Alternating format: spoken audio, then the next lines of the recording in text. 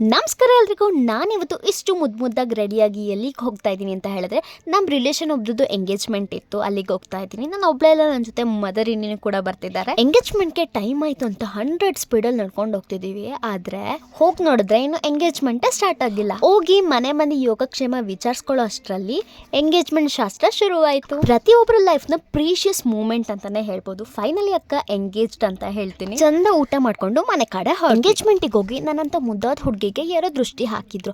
ಆ ದೃಷ್ಟಿ ಪ್ರಭಾವ ನನಗೆ ಫುಲ್ ತಲೆನೋತಿತ್ತು. ಆದ್ರೆ ವಿಜಯಪುರದಲ್ಲಿ ಗಣಪತಿ ಬಿಡ್ತಾರೆ ಅಂತ ಗೊತ್ತಾಯ್ತು. ಡಿಜೆ ಇರತ್ತೆ ಅಂದ್ರೆ ಯಾರ್ ತಾನೇ ಮನೇಲಿ ಕೂರ್ತಾರೆ. ಗೊಂಬೆ, ಡಿಜೆ, ಡ್ರಮ್ ಸೆಟ್ ಇಷ್ಟೆಲ್ಲಾನು ಇತ್ತು. ಡ್ಯಾನ್ಸ್ ಮಾಡ್ಬೇಕು ಅನ್ಸ್ತಿತ್ತು. ಆದ್ರೆ ಡಿಜೆ ಅವ್ರು ಆಗ್ತಿದ್ದ ಸಾಂಗ್ ಕೇಳಿದ್ರೆ ಸುಮ್ನೆ ಸೈಡ್ ಅಲ್ಲಿ ನಿಲ್ಲೋದು ಒಳ್ಳೇದು ಅನ್ಸ್ತಿತ್ತು. ಡ್ರಮ್ ಸೆಟ್ ಅಂತೂ ಸಖತ್ತಾಗಿ ಬಾರಿಸ್ತಿದ್ರು. ಡ್ಯಾನ್ಸ್ ಮಾಡೋಣ ಅಂತ ಅಂದ್ರೆ ಒಂದೇ ಒಂದು ಹುಡುಗಿನೂ ಡ್ಯಾನ್ಸ್ ಮಾಡ್ತಿರ್ಲಿಲ್ಲ. ನಾವೇ ಹೋಗಿ ಡ್ಯಾನ್ಸ್ ಮಾಡೋಣ ಅಂತಂದ್ರೆ ನಮಗೆ ಸ್ಟಾರ್ಟಿಂಗ್ ಪ್ರಾಬ್ಲಮ್ ಅಮ್ಮ, ಏನ್ ಮಾಡೋದು? ಅದಕ್ಕೆ ಸೈಡ್ ಅಲ್ಲಿ ನಿಂತಿದ್ವಿ. ಬಂದಿದ್ ವೇಸ್ಟ್ ಆಗ್ಬಾರ್ದಲ್ಲ ಅಂತ ಒಂದೆರಡು ಸ್ಟೆಪ್ ಹಾಕಿ ಅಲ್ಲಿಂದ 11 ಗಂಟೆ ಆಗಿತ್ತು. ನಮಗೆ ಸ್ಪೈಸಿ ತಿನ್ಬೇಕು ಅನ್ನೋ ಕ್ರೇವಿಂಗ್ಸ್ ಕೂಡ ಹಾಕಿ ವಿಜಯಪುರಕ್ಕೆ ಹೋಗಿ ನೋಡಿದ್ರೆ ಎಲ್ಲ ಎಗ್ ರೈಸ್ ಅಂಗಡಿನೇ ಇತ್ತು.